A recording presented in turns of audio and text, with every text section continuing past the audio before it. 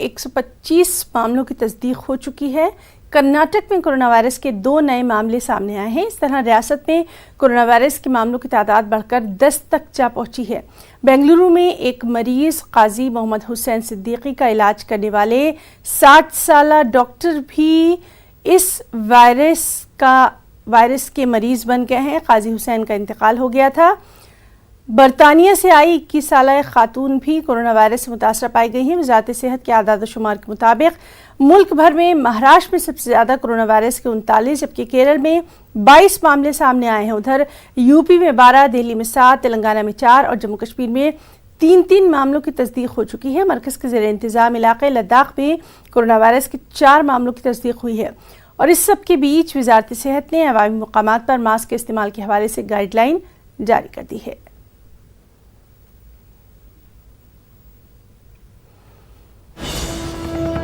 और इसी खबर को आगे बढ़ाएंगे। महाराष्ट्र में कोरोना वायरस के ताल्लुक से है ये खबर। महाराष्ट्र में कोरोना वायरस के 39 मामलों की तस्दीक हो चुकी है।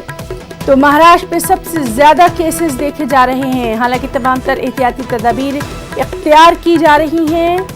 सिद्धि विनायक मंदिर, मुंबा देवी मंदिर को बंद कर दिया गया है। अदालतों के काम के औकात में तब्दीली की गई है। 17 से 20 मार्च तक औकात में तब्दीली की गई है। अब अदालतों में 2 घंटे कामकाज होगा, क्योंकि लगातार हम आपको बता रहे हैं कि महाराष्ट्र में कोरोना वायरस के जो मामले हैं वो बढ़ते चले जा रहे हैं।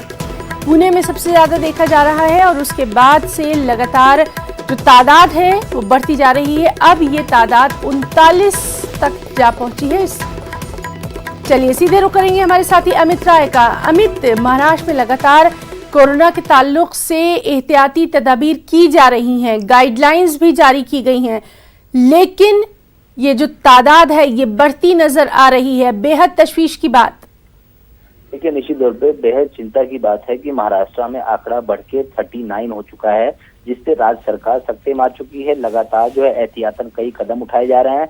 मैं आपको बताऊं कि सिद्धि विनायक मंदिर जो है उसमें कल शाम की आरती हुई है, उसके बाद से मंदिर को बंद कर दिया गया है। मुंबा देवी, जिसके नाम पे जो है मुंबई पड़ा था, उस मुंबा देवी मंदिर को भी जो है बंद कर दिया गया है भक्तों के लिए। वहीं अगर दरगाह की बात करें तो लोगों से रिक्वेस्ट किया जा रहा है कि आप जो है लार्ज ग्रुप में जो है यहाँ पर ना आए। अगर आप आ रहे हैं तो यहाँ के जो नॉर्म्स है, नियम है, कानून है, उसका जो है पालन आपको जो है जरूर करना पड़ेगा। वहीं अगर बॉम्बे हाईकोर्ट की बात करें, सेशन कोर्ट की बात करें, तो यहाँ पे कोरोना वायरस के बढ़ते आंकड़ों के चलते कामकाज सिर्फ जो है 2 घंटा चलेगा। बॉम्बे हाईकोर्ट में जो है कामकाज सिर्फ 12 से 2 चलेगा। वहीं अगर सेशन कोर्ट की बात करें तो 11:30 से 2 और उसके बाद 2:30 से 3 सिर्फ 2 घंटे जो है यहाँ पे कामकाज चलेगा। और ये फैसला जो है बॉम्बे उच्च न्यायालय और नागपुर, औरंगाबाद और गोवा स्थित पीठों के लिए लिया गया है। तो कुल मिलाकर देखें तो लगातार जो आंकड़े बढ़ रहे हैं उससे जो है लोग सख्ते में आ गए हैं। लोगों को भीड़ भाड़ वाली जगहों पर जाने से रोका जा रहा है। शॉपिंग मॉल को बंद कर दिया गया है, स्कूलों को बंद कर दिया गया है, कॉलेजों को बंद कर दिया गया है, जिम, स्विमिंग पूल,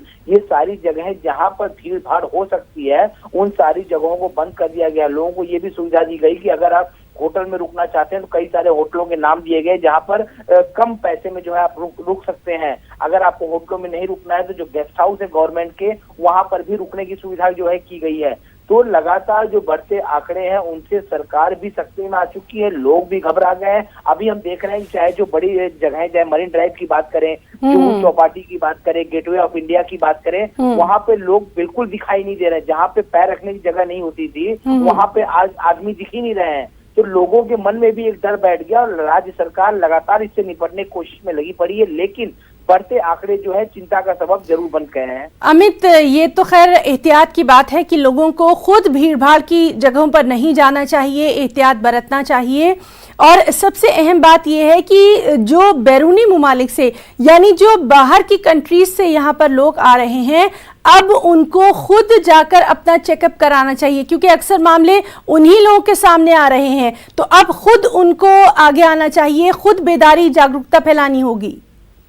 देखिए, निश्चित तौर पर राज्य सरकार ने भी इसके लिए कड़े कदम उठाए। उनका साफ तौर पे कहना है कि जो टूर ऑपरेटर्स होते हैं, जो लोगों को विदेश भेजते हैं या वहां से जो लोग ग्रुप के तौर पे यहाँ पे आते हैं, उसकी जानकारी जो है ऑपरेटर्स को तुरंत जो है मुंबई पुलिस को देनी पड़ेगी। और लार्ज ग्रुप में जो है कोई भी यहाँ पे कदम नहीं रखेगा, ना ही यहाँ से लार्ज ग्रुप में कोई बाहर जाएगा। इस तरह के एहतियातन कदम भी मुंबई पुलिस द्वारा जी, तो एहतियाती इकदाम उठाए जा रहे हैं। और अमित, लगातार आपसे हम अपडेट ले रहे हैं, अगले बुलेटिन में भी आपसे अपडेट लेंगे।